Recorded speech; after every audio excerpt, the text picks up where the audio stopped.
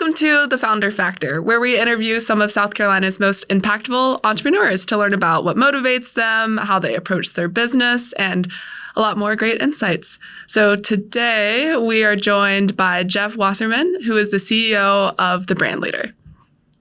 Well, thanks for joining us today. Great to be here. Yeah, so let's start by just learning a little bit about what you do at The Brand Leader. You know, what does work at The Brand Leader look like? Sure. We are a brand-first creative agency, so we specialize in advertising, branding, and design. We primarily work for national and global brands. Mm-hmm. This is our 25th year. Mm-hmm. And so our team essentially helps customers connect with their brands in a meaningful way. And yeah. Sure. Yeah, you're speaking my language. I love it. So are you guys based in Greenville then? We are based in Greenville, South Carolina. We now have offices also in Manhattan. But we were primarily here only for about 24 years. Okay. And then any specific, types of verticals you work in? Like what is your typical client look like? Yeah, we work with a lot of different industries. We work in medical and healthcare, technology brands, again, mainly at a national or global level. Sure. And then more recently, we now have a wine and spirits division. Ooh, fun. That was a big project we'd been working on last year and acquired a company and brought them in. And now we have a pretty sizable team, a PR team in New York who handles the wine and spirits division. So we have 4 or 5 verticals that we spend about 75-80% of our time in, but we also work outside of those verticals. Active lifestyle and outdoor brands are another vertical as well. So just in the last year, it was when you started doing the wine and spirits vertical. That's what you said. Yes. We just finished a few months ago, that acquisition. It was just a really an ideal time. And we had a lot of criteria we were looking at for could we also grow by acquisition. And so we searched pretty hard to try to find someone in a vertically positioned only in an industry with depth of expertise, established 20 years, with really just some incredibly talented and smart and insightful people. And then we had to figure out, is it a culture fit? And, yeah, exactly. And we were looking for a public relations based company that could really expand our PR capabilities.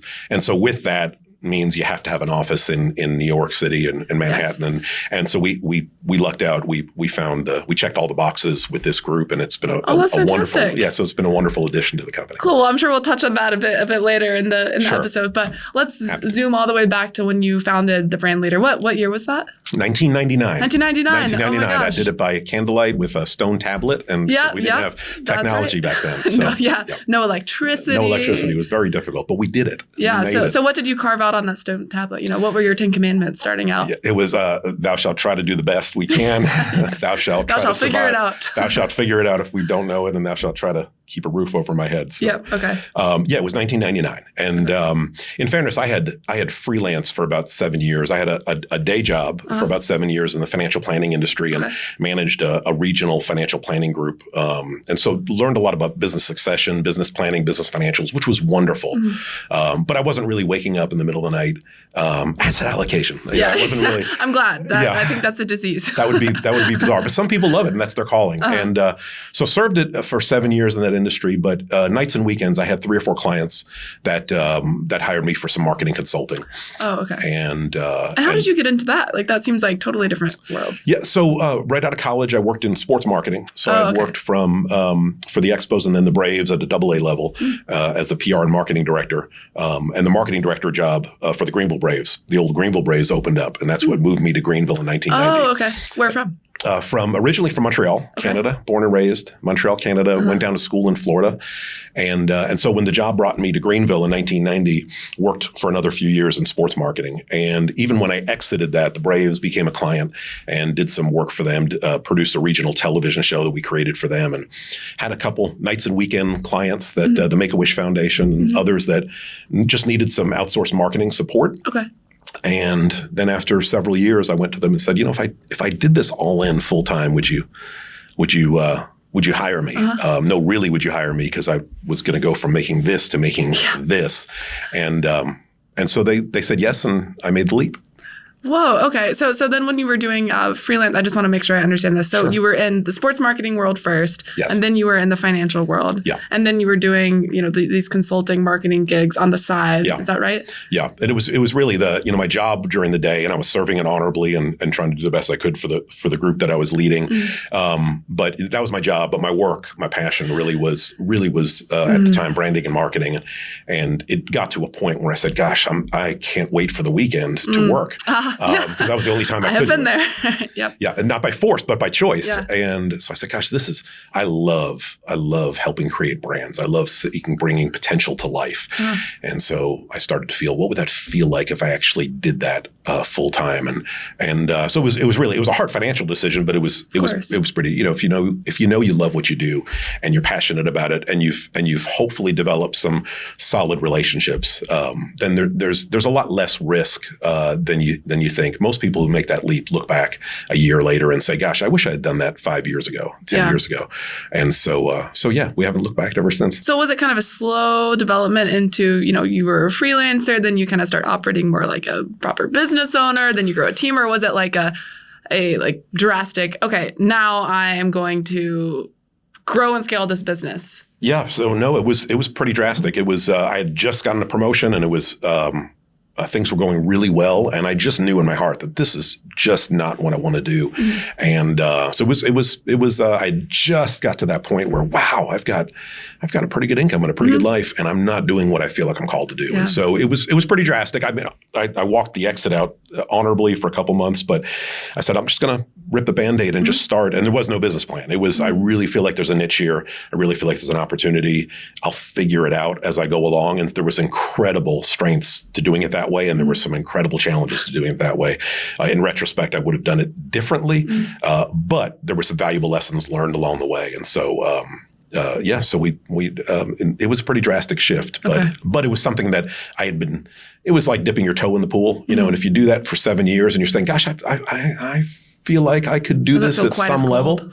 Yeah. So I don't think it was, I'm going to go start my own company. It was, I think I'm going to do this full time. And it was the classic entrepreneur, which is you're not really going out and starting a company. You actually just bought yourself a paycheck. So that's part in retrospect, I would have done differently, because all I did was secure myself a solid job, and I was the boss. So I couldn't go to my boss and complain. Yeah, exactly. And but eventually we evolved into a real company. Okay. So what else? You mentioned you would have done several things differently. Tell me about what those other several things are. Yeah, I've been asked that a lot over the years. I think the first thing I would have done is said, I recognize that I want to do this full time. And I would have gone to work for someone like Joe Irwin at Irwin Penland. I would have gone and worked for a couple of years at a larger agency who has done some incredible things, high character leader with a lot of opportunity to just hide and grow and soak in and learn from other people. And I didn't have that for the first 4 or 5 years. That was one of the biggest challenges for the first decade of our business. Most of the people that had worked with me for 5, 6, 10 years, their only training was under me. So there were some strengths to that, and there were some limitations, because all they knew was what I had taught them, and what little they could learn outside of work. And so I had never had that formal training. There were processes in the agency business. There were client dynamics at different levels as you start to grow your client base and the size of client that I just wasn't familiar with, because I was the account team and the copywriter and the art director, for better or for worse. Right. And so I would have taken a seat under some other people and really learned. I'd had the opportunity to, maybe at a mid-sized agency, to learn all facets of the industry that I eventually wanted to build something around. That would have been a much better step. I would have been a catalyst for 5 or 6 years of faster growth. Sure. So how did you glean that information when you were starting out? Did you have mentors? I guess you already had a network from sports marketing world and from financial world, but like how did you learn the leadership skills that you needed, those types of intangibles that you're talking about, client dynamics at different levels? Yeah, some of it was trial and error. One of the things that I give a lot of credit for is I have a peer accountability group for about 15 years now, a group of CEOs. We meet every month and we talk all day about personally, professionally, everything from your business to your marriage, and challenge each other. And a lot of them are successful entrepreneurs and CEOs. And so when you have a question about how should we structure this contract, or we're having this problem with our process, or we're having this problem with our culture. So I had a great sounding board of 7 guys on a regular basis that I could go to. Within our industry, it's a lot different now, but back then it was a lot harder because we were a small local agency. And so other local agencies didn't want to advise me too much on understandably on conflict of interest, how to gobble up market share. So, but we should have, we eventually sought mentors outside of the industry. And whoever has your ear really has your future and your destiny. And so I did invest along the way in some outside consultants, people who had done what I was trying to do 10 to 15 years longer, and ask them, when you got to the next level, what challenges did you have? So I think when we finally started to grow was when we started to ask questions, not about how should we do this year better, but in 5 years from now, how do we get positioned to look like that? And that was a very different narrative that we had to get our head around, because then we realized, we're not even close to being equipped to get there yet. And so it forced us to take a step back. So a lot of outside voices that I could list a mile long. Joe Irwin was one of them that I remember meeting for coffee, and gosh, he gave me 7 or 8 incredible pieces of advice. 3 I took. And he was dead on. The other 5, I really thought, nah, that's for him, but that's not for me.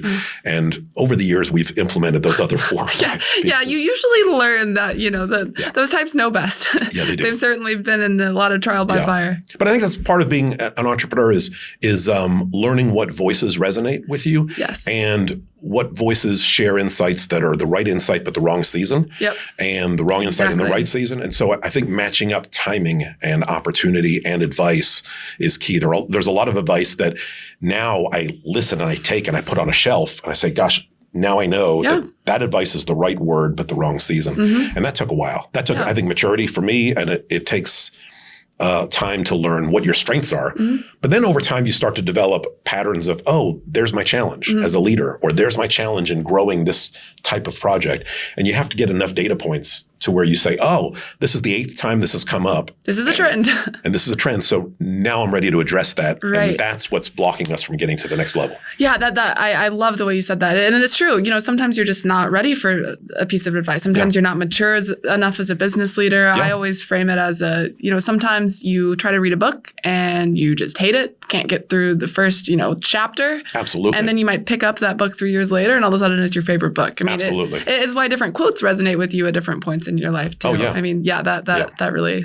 Also, as you grow, as you grow, I think you realize, it's not everyone is going to resonate with my temperament and my style and my way of communicating and my way of leading. And so when you're a small team, it's easy to, as the head goes, so does the body goes. So it's easy to, when you have 8 people, 9 people, for them to mold into the shape of the leader.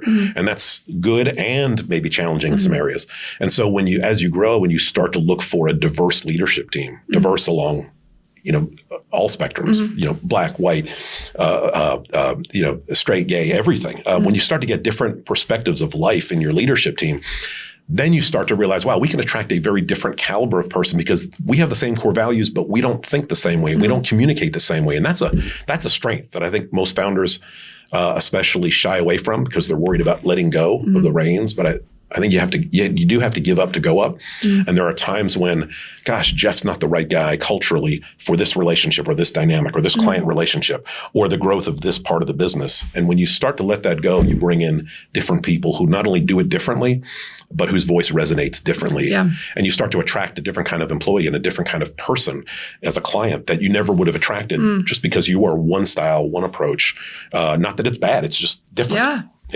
Yeah, we talk about this a lot internally with my team too, in terms of like who we bring on to a project, and as a writer, as a designer, as a developer. Everyone has different styles. Sure. Different brand voice, and it's the same. Very well said. It's the same as a leader. You have to make sure that your temperament, your way of handling crisis, whatever the variable is, you have to make sure that's aligned. Yeah. Which leads me to, out of curiosity, how would you describe your brand, say your brand as a leader?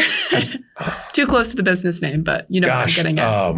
I'd rather talk about our leadership team that are leading in their brand. I would say, I would hope that there's a part of me as a personal brand, as a leader that is, I think they would say is transparent. I don't want to use the word authentic because it's overused, but I don't believe in leading a balanced life. I think you lead a blended life. So I'm not a work person. I'm a person at home that also comes to work. And so it's hard to compartmentalize. And so if I'm out at dinner at 8 o'clock at night with my wife and I have a great idea for the business, we talk about it.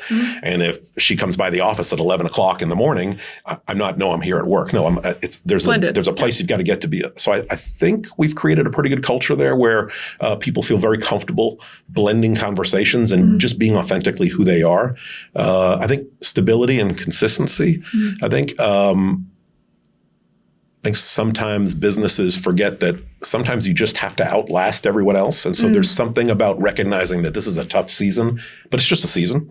And okay, so things are going to be tough for a few months, but we're going to be on the other side of it. And so I think recognizing and not getting too caught up in the high or the low and just focusing on, okay, we're here. We were here yesterday. We'll be here tomorrow. We're going to have to make some adjustments. And I think that has served me well over time. And then with the team, I mean, you already, of course, I have to ask this now because you already plugged it, but with your leadership team, what are the different dynamics that complement each other in terms of their personality types, their modes of working with clients? Oh, yeah, and I could spend hours talking about them. I will tell you, when we hired Kyle DeFord, who is now our president of our company, and really not just the face, but the leader of our organization, he and then Ashley Galloway, who's our senior director of client services, and now Taya Thornhill, who had 30 years in the industry. We have a fantastic blend of Kyle, who was not in the agency business. He was on the brand side at a global level for 20 years. Okay. And then Ashley, who 15 years in the agency business. And so we have this great blend of outside the industry and inside the industry. So thinking like the advocate for the client, but also thinking as the client. Oh, that's perfect. But I would also say that our leadership team, Kyle's style especially, different than mine.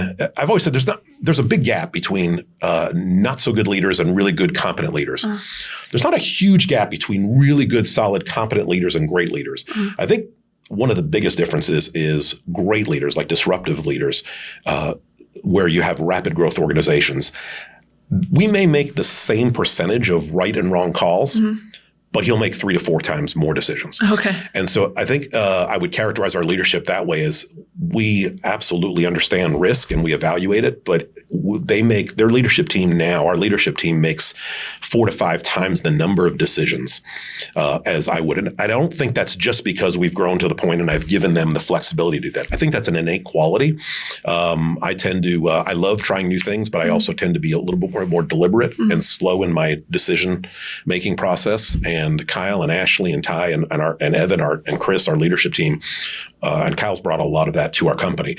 We can always recover if we make a mistake and if we're transparent with our employees and clients. It's okay to say, you know what, we messed up. This was wrong. Instead of going left, we're going right. And so there's a humility that comes with that allows that environment to thrive. Yeah, well, that's interesting that you say humility, because I was going to ask, is that trait decisiveness? Is it risk tolerance? But I think humility is a big part of it. Absolutely. That's really well said. I think it's all 3 of those because you have to be able to be humble enough to say, you know what, even as your boss or as leading you, Mr. Client, this was a bad choice, and we recognize that, and we want to own it up and own up to it, and we want to recover from that and move to a better place. And but I also think I've always said risk is the currency of great brands. If you look at the most disruptive brands, they're willing to take risk in line with their core values. But it's Nike taking on Colin Kaepernick, right? Yep. So great brands, disruptive brands are willing to take risks. And I think that's with any relationship. So whether it's a brand with their customer or me with my wife or someone with their partner, I have to care enough to say, you know what, I'm feeling this. And the marriage is so important to me that I want to share this and I'm willing to take the risk because I know that it's going to get us to a better place. And it's the same way with friendships, any relationships. And that's what a brand is with their customers. And so I think in our leadership team, we take way more risk now than I think we've ever taken because we recognize that with risk comes a significantly different reward. Yeah. And so now we have a lot more people that research and put a lot more thought into that decision. And we don't make decisions in silos anymore. So we usually have 4 or 5 people on a regular basis that are vetting a decision and weighing in, experienced people, really experienced people. But I think we take more risk than we've ever taken as a company. And again, same percentage of failures as successes, maybe a few more successes than in the past. but we're making 4 or 5 times greater the number of decisions. Sure. Yeah, makes sense. Well, one more question before we take a quick break. So you mentioned a few comments ago that when you were starting out, you got a lot of advice from people in outside industries. Yeah. And then I thought it was interesting that you said, I think it's Ashley is the one with agency experience and Kyle is the one without. So what we've talked a lot about just in with my colleagues also in the services or marketing world is how valuable it can be to draw insights from people outside of the agency world, outside of the marketing world. So, absolutely. And how many parallels there are between a lot of those businesses. So I'm curious what that experience was like for you. Like what types of industries were you looking at drawing inspiration from? That's a great question. And in fact, to this day, I mentioned my peer accountability group, and they're all outside of our industry. Mm-hmm. And Kyle, who's running the day-to-day, has an incredible peer accountability group of people like him, presidents and CEOs all around the country of agencies. Okay. So we are constantly getting CEO advice inside and outside of our industry. And now the rest of our leadership team are starting to get into some of those groups. Mm-hmm. It was critical. I made the decision to bring Kyle in because the impact from someone outside the industry was needed to focus on elevating our product, which is the quality of life for our people, and marketing and branding. Mm-hmm. And so I needed the client's perspective. I needed the brand perspective, someone with national and global experience with brands to really recognize the talent we had and elevate it, and then elevate our product. Mm-hmm. So initially, we really needed that first year to really grow our culture to another level, grow our ability to build brands at a national and global level. And so we needed that outside perspective. Mm-hmm. Then to grow the agency, then Kyle needed support from people who have leaned into this industry for 20 years and understood everything from what's the right project management software to no, developers have to be managed differently than account managers who absolutely think differently than graphic designers. And how do we navigate remote employees before COVID versus nearshoring and offshoring and remote offices? And so people have done that for 20, 30 years and seen acquisitions and seen successes and seen failures, and being able to lean in to support Kyle in that decision making is incredibly valuable. Mm-hmm. I don't think I've seen him make a major decision without saying, hang on, I need to call Ashley in or tie in. Say, look, you guys have been in this industry for 50 years. Help me. What am I missing? Yeah. And that's critical. So that's where humility comes in. I think people confuse humility or not humility with a person's temperament and their boldness and their vision and the way they clear their ticket. No, we're going here and nothing's going to stop us. But then there's humility in decision making to say, maybe I don't know the whole picture. And I think that's served us well. We're still perfecting that. We're still trying to get better at that. But we find that 1 + 1 is 5. And so at our leadership level, we now have almost 50-50. Half of our leadership team has been in the industry for a long time, and half of them have not been in it for a long time. And it makes for an incredible dynamic because that's what's going on in our industry. There are more people on the client side in marketing and branding than there are in the agency business now. Mm-hmm. And so most major companies, at least at the national and global level, are building in-house marketing teams and employing multiple agencies. Mm-hmm. So we have to understand how to navigate that dynamic. Absolutely. So having that reflective in our leadership team, we can go to a client at a national level and say, you know what, we understand. And we're here to help also to navigate which business you should absolutely keep in-house and which you're better served with an outside perspective from an agency. Yep, absolutely. I think having that non-agency perspective also can help you think outside the box. There is definitely an agency way of doing things. I feel like if you're in the industry for years and years, it becomes second nature to think like that. And then to be able to have someone that is looking outside of that industry and saying, okay, does it have to be done this way? What if we do it this way instead? And, balancing that with the actual domain expertise. I think that's super valuable. You're absolutely right. And what we've discovered now is there's this third component now, which is, wow, people who have been in the industry 3 to 5 years, they bring to the 20 and 25 year guys and gals this unbelievable new, fresh perspective. I think more ideas float up from our younger, under 30-year-old, 3 to 5 year folks that have been in the agency business, but they haven't been in it and long enough to say this is the way we always did it. Or to get jaded. Absolutely. And so I'll tell you, we get more great ideas from those entry-level teammates who have been at a smaller agency or a bigger agency for a couple of years because they come in with, well, why not? What if we did it this way? Yeah.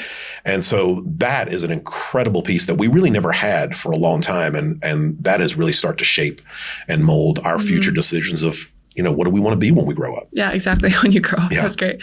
Well, on that note, let's take a quick break. And when we come back, I'd like to hear how everything has changed now that you are a very grown-up company. I know you've had some pretty big growth in the past few years. So we will shift gears right after this break. Great. All right. Thanks for tuning in. We'll be right back.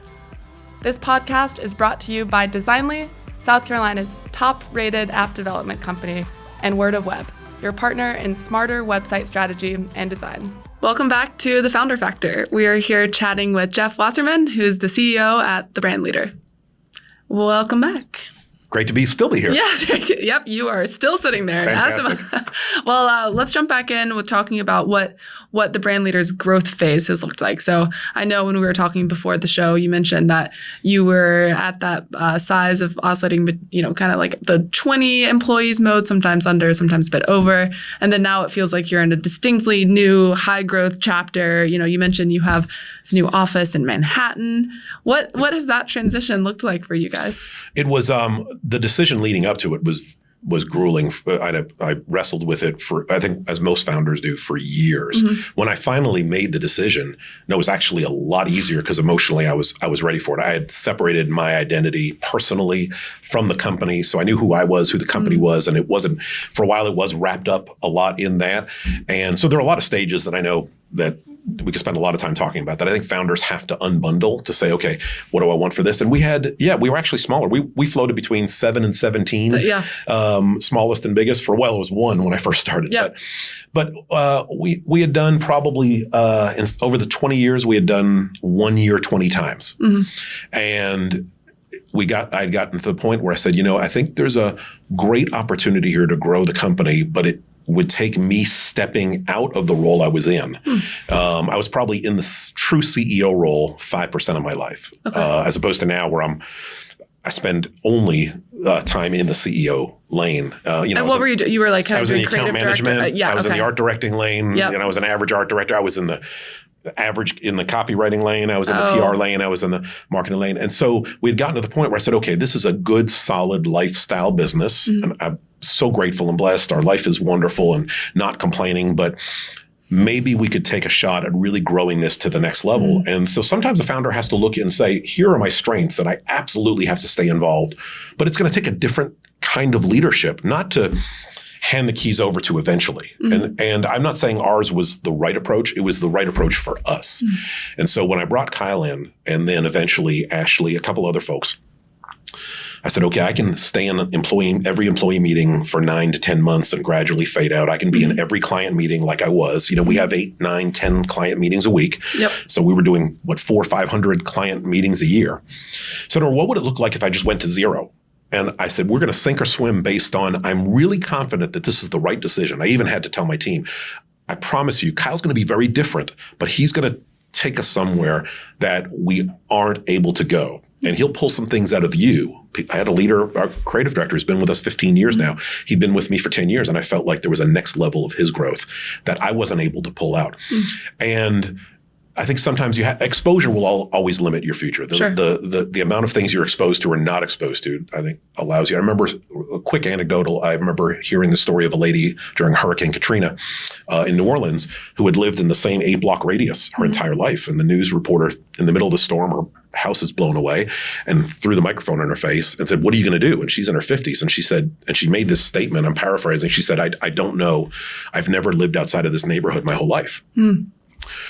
So she couldn't even fathom anything outside of that 8 blocks.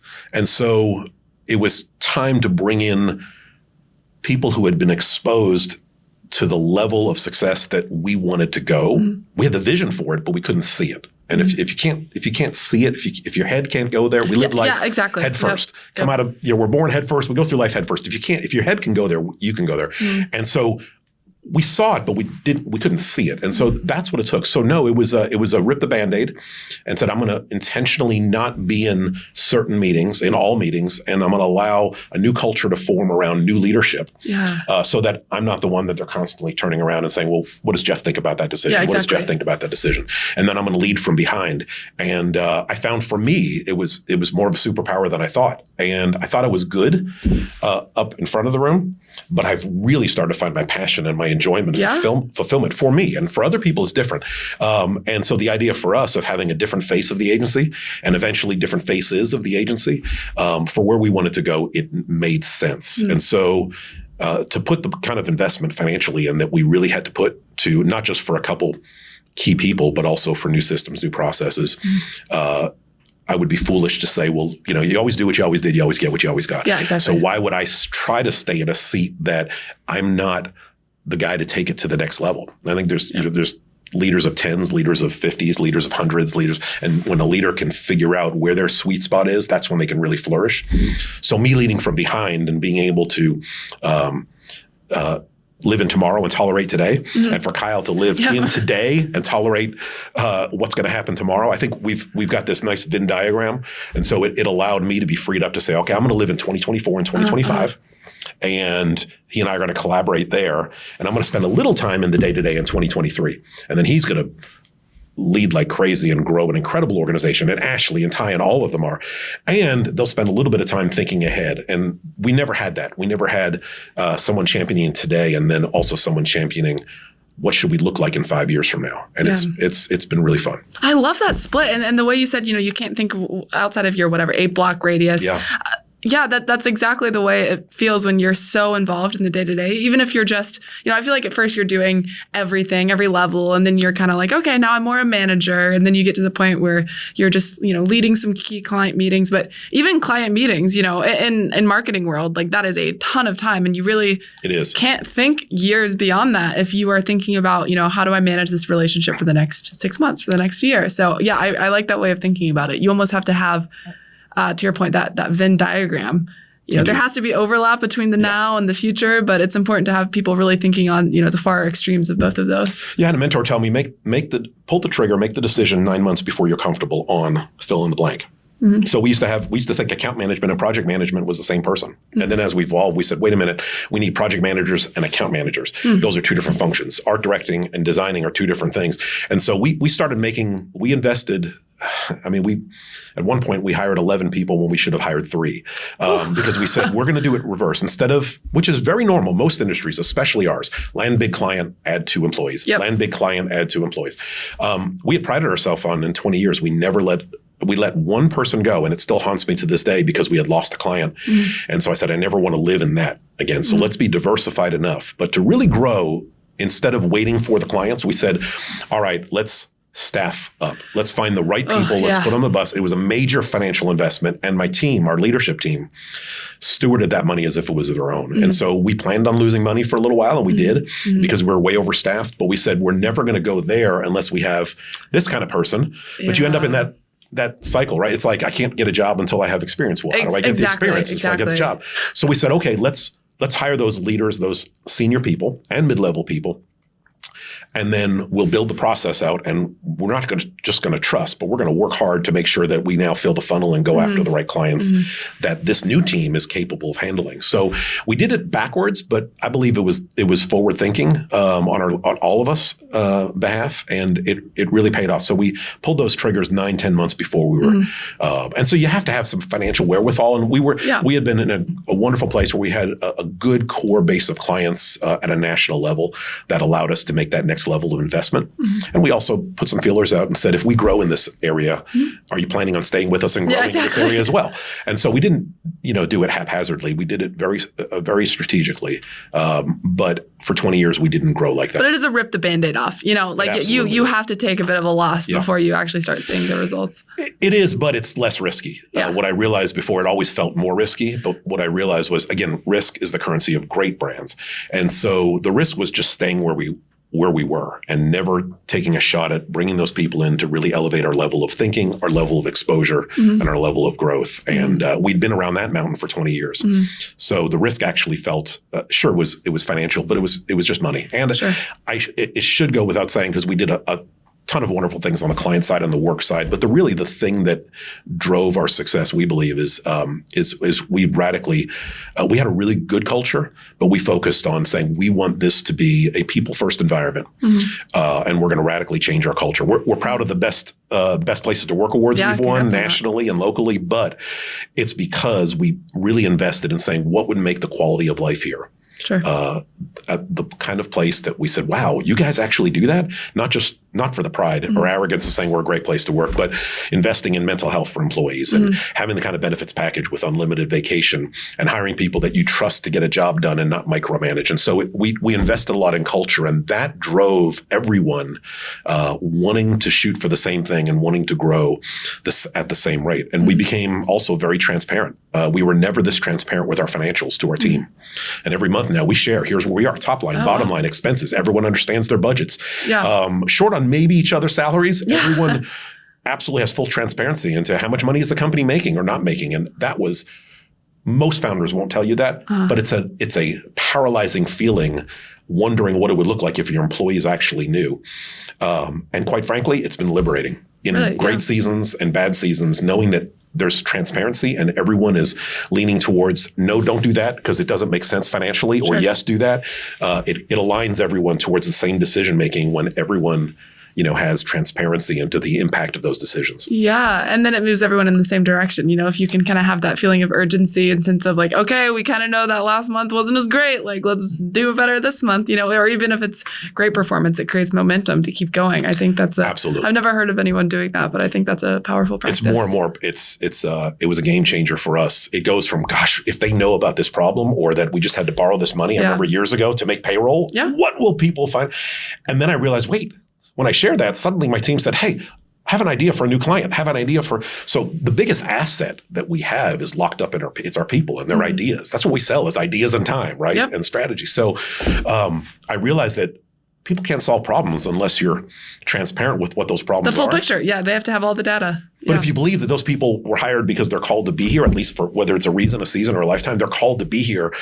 Well, then shame on me for not giving them the opportunity to solve the very problems that I hired them to come help with. And I noticed the more transparent we were, the more sacrifices, the more solutions, the more ideas, the more our culture started to rally around, oh, we got this. And it shifted the burden from me to we. And when you have clarity of thought, it transcends everything. You're not stressing with your family, with every client meeting, with every internal meeting, because when you can breathe, you make decisions that are a lot quicker because you know what's in line with your core values and you don't have to compromise based on, but we really need this check. So you can say no to bad business. You can say no to the employee that wants to work here, but they're going to be bad for culture, but gosh, they can bring in business. And so when values are clear, choices are easy, but values are only clear when you can see them. And when there's a cloud of debt or a cloud of struggle in between it, it's very difficult to get above it. I always say that creativity flows in the negative space. If your mind is full with all that clutter, like you really can't produce like innovative ideas or very even well said. Solutions. It's hard if you're so bogged down in just the grime. Absolutely. And that's our next growing pain is we're coming on 50 people and we're constantly looking at how do you go from wearing 8 hats to 7 hats to 6 hats to 5 hats to, okay, now I can finally only wear 1 or 2 hats. There's I would encourage every leader. I do this personally. There's a list out, bad, good, gifted. And I think most of the time what leaders do is say, okay, I'll staff up and get off my plate the stuff I'm bad at. And they focus on all the things they're good at. I really think that's the good is kind of the dangerous place to live in. I think there's a long list of stuff I'm bad at. There's a decent list of stuff I'm good at. There's just a small list of things that I really think I'm gifted more than the average person to doing.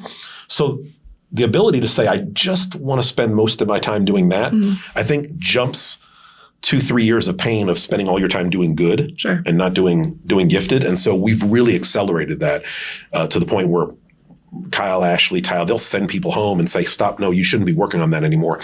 You're gifted at that. Hand that off. You got to give up to go up. And so we've become really good at honing in on anything with 2 heads is a freak, right?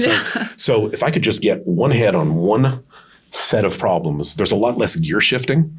When I can only have to focus on this versus I've got to shift gears 10 different times, it's very hard to go from macro to micro and creative to analytical. And so we're constantly looking at how can we shrink someone's job description all the way down to just a very clear role that they are absolutely gifted for. It's the thing that, gosh, if I could do this all day long, but I have to. Okay, well, let's figure out how we get those butts out of the way. Yep, exactly. Yeah, I think that's definitely the key to growing a successful business. Making sure. I think when you start out, especially when you're in that more freelancer mindset or startup mindset, even small business mindset, it's about you want as many generalists as you can find because that's efficient starting out. Right. But then over time, that starts to be an undue burden. Yeah, exactly. Becomes very inefficient and very frustrating. Yep. Very frustrating. And it burns people out. Yes. Because they're not only doing too much, but they're doing things that they weren't wired to do. Right. And I've done those things. And when I was free at last, thank goodness I'm not doing the copywriting anymore. And now I can be a really good writer when I want to be, but not when I have to be. Exactly. And it's liberating. Yep. Yep. So one more question before our Sure. One more question before our final question. So I could say second to last question. Let's go with that. So you mentioned that, in just your own personal journey with leadership, with the brand leader, you mentioned there are different layers. You kind of have to peel back in terms of separating yourself from the business. You know I was going to ask about this. Yep. So I would love to hear more about that. Like what were the stages, if you can even break them down into stages, that you went through in recognizing, I am not my business, but my business is a part of me and I'm a part of it? Like how did you see that journey? That's a great question. It was a long process, and I think it's different for each person depending on where you are in life. And I think in different stages of life, depending on what you're going through, you make something maybe more of your identity than it should be. And so for me personally, from a faith standpoint, I align myself with, okay, who does God say I am? And it's the whole discussion of what do you want to do versus who do you want to be? And so I think it just takes a while. Maybe for me, it took me longer than others to say, okay, this is who I am, and this is who I'm, not just who I am, but I'm pretty excited about articulating that, and I'm okay with saying I'm not good at this and I'm not good at this. And I think that takes a level of life, an experience to be able to say, okay, I've tried that enough. I've told the right people that I'm not good at X or good at Y, and they honored that and they covered that and they protected that. And they helped me find someone who was good at that. And I think that, I don't know, I think for different people, that's a journey. But a couple of years before I got to this point of let's grow this company was when I got to this point of, I'm not a branding and marketing guy. I'm a guy who owns a branding and marketing firm, and I really love the impact it has, but I'm not a branding and marketing guy. Yeah. I'm a guy who happens to work in branding and marketing. I'm a man, I'm a father, I'm a husband, I'm a friend, I'm all those things. And vocationally, I really enjoy the branding and marketing process, but I really wasn't even in branding and marketing. The whole reason I discovered that I loved it was because, I really enjoy bringing potential to life. Yep. And it took me a while in life to go, wait a minute, there's a pattern here. With my kids, I love seeing potential come to fruition. I love seeing what could this be and how do we make it the best version of it. And I just happen to do it with brand. I think the best brands in the world, what they do is they paint a future where a customer says, not I see the brand, but I see in that future a better version of myself. Yes. And I aspire to live like that. Help me get there. Sure, here's the shoes, here's the beer, here's the wine, here's the product. But they paint that picture. And I think when you paint the picture of, what's the best version of me, and you ditch all the narratives of, but we have to do, but we have to, but what's the best version of me? And when you aspire to be that, then the decisions actually become very easy. Yep. Because then it's not about title, it's not about role, it's not about the check that the client might or might not pay. It's a lot easier to say no to things and yes to things when you know, that's the best version of me. Okay, I may never hit it, but I'm going to constantly aspire to do that. Well, then a lot of things that you shouldn't be doing and you shouldn't be spending your time on just kind of fall by the wayside. So I think getting that gave me a piece, and it made growth, quite frankly, a lot easier because I wasn't concerned with someone else getting the credit. I wasn't concerned with what if my name's not on the door? I wasn't even concerned with my role. We have a constant discussion internally about, are we all still in the right roles? Because Geoff 2 years ago is different than Geoff today. Sure. So if we all have the freedom truly to articulate, I don't think I should be doing this anymore, then you either know that there's a place for here at the company or it's a safe enough place. And Cal's done a great job at creating this environment that if someone walked in and said, I just don't know if I should be doing this anymore.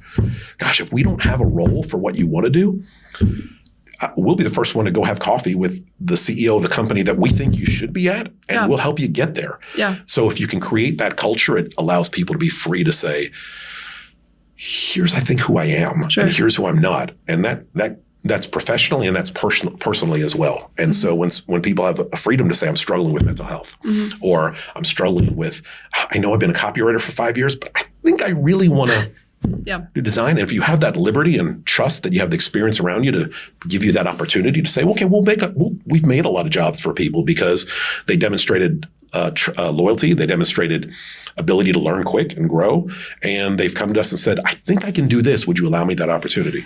So for me, that was the transition. I had to get to a place of, I love the best version of me, and I think I want to spend the rest of my life being that. And then I turned around and said, do I still want to work at this company? And quite frankly, our leadership team has inspired me. I joke, but I'm serious on a regular basis. I kind of wish I was getting into the business now. I'd want to work for them. Like I really do. Wow, what a cool comment. That's neat. They're amazing. And so, but I had that opportunity to say, well, I could close this company. I could just kind of ride it out for 10 years, or I could help it grow to the next level. And if I help it grow to the next level, do I want a place in that? And I figured out what my position is and what I don't want it to be. And it happened to align with the organizational need. Yep, that's wonderful. Thank you so much for sharing that. Those are some great insights. I hope it helped. Yeah, I know it will help me in my own business journey. I'm definitely in the middle of that identity piece. It's tricky. And to your point, I think it does take time, and it takes learning some things and then unfortunately unlearning them, and it takes a few times of learning them for them to really stick. And it takes being okay with changing your mind in a couple of years, because you're evolving, you're going to be different, and not saying this is what I'm going to be the rest of my life. This is what I feel like, this is how I can best impact people's lives for the next seasons of my life. And then I'll come back and let you know in a couple of years how I am then. And having people around you who allow you to do that is so liberating. It's so freeing. Yep. We're all rough drafts. Right. And you have permission to make mistakes. Yep. And you know that you can recover, because we aren't brain surgeons. Yep. We really aren't.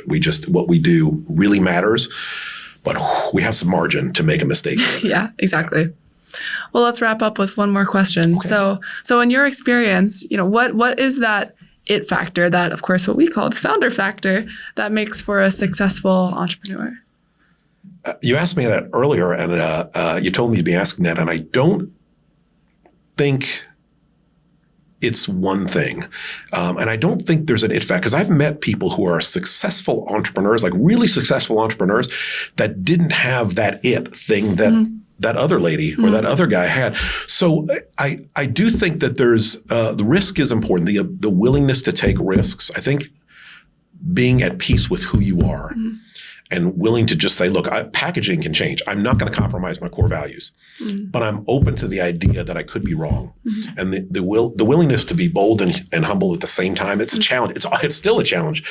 For me, it's a challenge for everyone, because by nature, entrepreneurs feel like they're right. Yeah. And so there's an evolution there of what it takes to be successful. I don't think it's a characteristic. I've heard, and people have studied this a lot more than me, I'm sure there's certain characteristics that give you a higher propensity to be successful. But I've seen people with horrible work ethics learn great work ethics, although it certainly takes hard work. I've seen people who had horrible character that turned their life around and now and had success on both sides of it, and then repented and changed their life, right? Yeah. And I've seen all these characteristics where, gosh, they were successful short term with that challenge, but at some point they had a meaningful relationship in their life that said, hey, I think we should turn left versus right. So I think it's not so much an it factor that what's in me as much as what I surround myself with and who I surround myself with.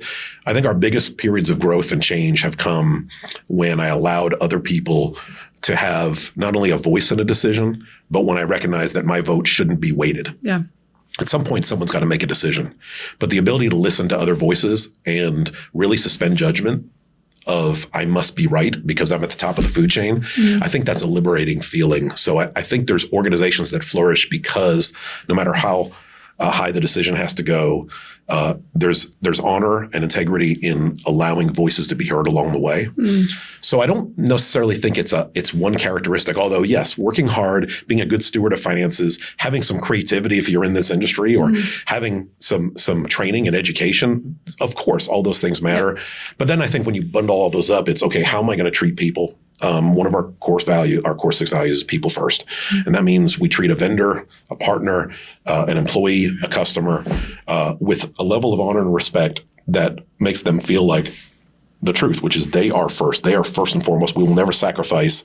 We won't use people to build the building. We'll use the building to build people. Yep. And so we'll never sacrifice a person to make a dollar. And I think when you really get to that point where you put people first, then people includes yourself. And so you become the healthiest version of you.